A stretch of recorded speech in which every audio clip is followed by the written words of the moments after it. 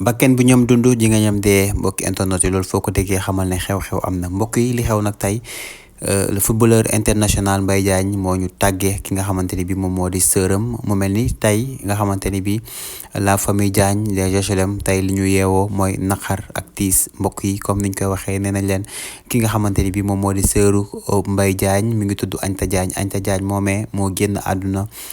tey jii le mbokki internet yi Anta Diagne nekkoon ki nga xamante ni bii dafa bëggoon loolu ki nga xamante ni moom moo di frèram muy Mbaye Diagne ba daanaka sax lépp li nga xamante ni bii moo nekk fii ci Sénégal moom moo ko koy lijjantil moom mi nga xamante ni bii moom moo di Anta Diagne nekkoon confidente ki nga xamante ni bii moom moo di Mbaye Diagne daanaka sax bu Mbaye Diagne daan football fi nga xamante ni bii moom moo di équipe nationale lépp li nga xamante ni bii moom moo di wàllum fans club lépp li nga xamante ni bii moom moo di wàllum supporter ci ki nga xamante ni moom moo di Mbaye Diagne moom moo ko daan organisé moom maa ko daan def moom daal daanaka mën nañ ko jàppee comme bras droit ki nga xamante ni bii moom moo di Mbaye Diagne ci biir loolu gis nañ ne moom Mbaye Diagne sërëm yëpp ki nga xamante ni bii moom moo di Anta la ci gënoon a jàpp gën koo fonk waaye tamit nag moom la ci gënoon a amal complicité ba sax yóbbu na ko màkka lu yàggul loolu ba Anta sax ma nga doon wax naan ci benn interview naan ki nga xamante ni bii moom moo la yóbbu màkka